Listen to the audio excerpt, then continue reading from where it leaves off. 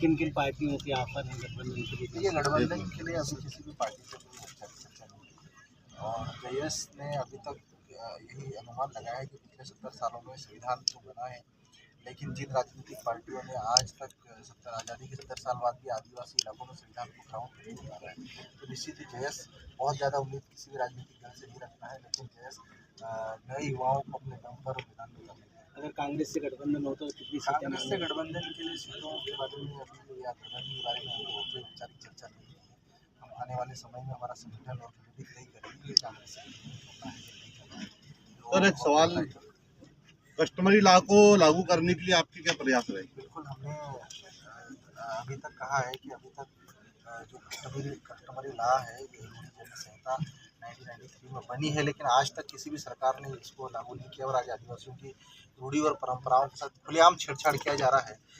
Common civil code के माध्यम से आदिवासियों की संस्कृति, परंपराओं और रीति रिवाजों को खत्म करने के लिए षड्यंत्र किया जा रहा है। तो हम लोग चाहते हैं कि जो सुप्रीम कोर्ट ने आदेश दिया, उनके सुप्रीम कोर्ट के आदेश के माध्यम से जो कमेटी बनी है, उसके माध्यम से आदिवासियों की रूढ़ियों, परंपराओं और रीति रिवाजों के संरक्षण के लिए न्यायिक प्रक्रिया के गठन के साथ साथ कानून बनाना चाहिए था। आज तक किसी भी राज्य सरकारों ने नहीं बनाया है, तो जयस उसके लिए प्रतिबद्ध है। जयस आदिवासियों की लड़ाई लड़ रहा है, उनके पहचान के साथ साथ उनके जल जंगल जमीन की लड़ाई लड़ रहा है। क्या लगता है प्रदेश में कौन सी पार्टी?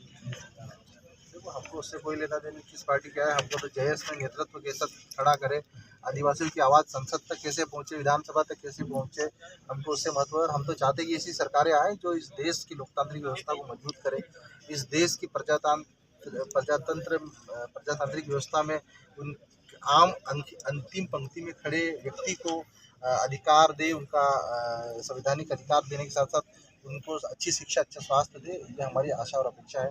सरकारें कोई भी हो, लेकिन हम चाहते हैं कि सरकार की योजनाएं गरीब व्यक्ति तक पहुंचे, उसका लाभ अंतिम व्यक्ति तक पहुंचे और आदिवासियों को उनके जल जंगल जमीन पर उनका अधिकार मिले। लाडली बहना योजना को लेकर क्या? ये सरकारों की योजनाएं हैं, इससे हम तो चाहते हैं कि आप लाडली बहना योजना के साथ साथ महिलाओं को इतना सक्षम बनाओ कि उनको सरकार के पैसों की ज़रूरत नहीं पड़े। ऐसी सरकार महिला सशक्तिकरण की दिशा में सरकार को काम करना चाहिए, उनको रोजगार देना चाहिए। आज कई आदिवासी महिलाएं रोजगार की तलाश में गुजरात, महाराष्ट्र तलाश जा रही है, भटक रही है, तो गायब हो जा रही है, लेकिन सरकारें आज भी गंभीर नहीं है।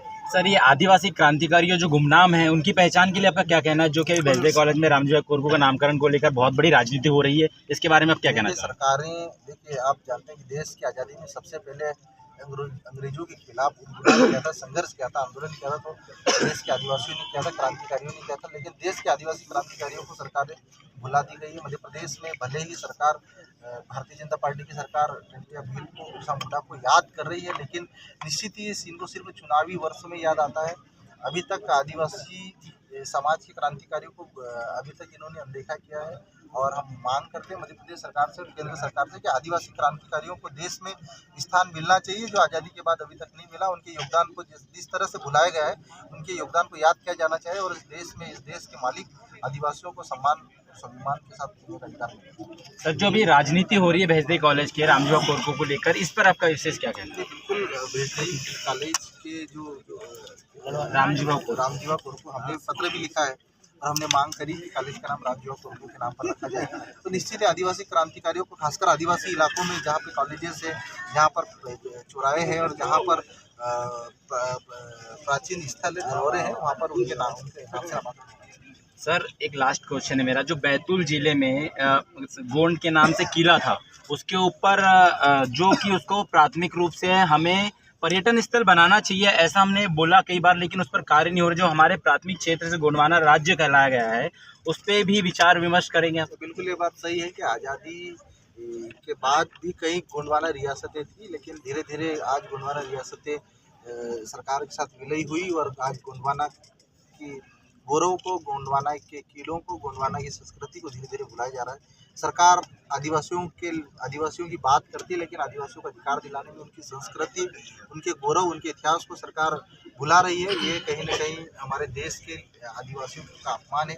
आज महामहिम द्रौपदी मुर्मू जी को संसद भवन के उद्घाटन में नहीं बुलाया, तो कहीं न कहीं देश के आदिवासियों को पद तो दे दिया जाता है, लेकिन उनको हमेशा अनदेखा किया जाता है। और ये दुर्भाग्य है कि देश के इस लोकतंत्र में आज़ादी के 70 साल बाद भी आदिवासियों को अनदेखा किया जाता है। सर, मेरा एक सवाल था सरकार ने पैसा एक्ट 89 ब्लॉकों में लागू किया है, परंतु बैतूल जिले के में नहीं लागू किया। आरटीआई के द्वारा मांगी गई जानकारी के अनुसार बैतूल जिले में पैसा एक्ट लागू है, पर अभी तक न कलेक्टर ने आदेश दिया है न कुछ। देखिए, आप लोगों को बताना चाहूँ, पैसा नियम 2022 का बजट नोटिफाइड जारी हो गया है, तो सभी 89 ट्राइबल ब्लॉकों में ये जो नियम लागू है।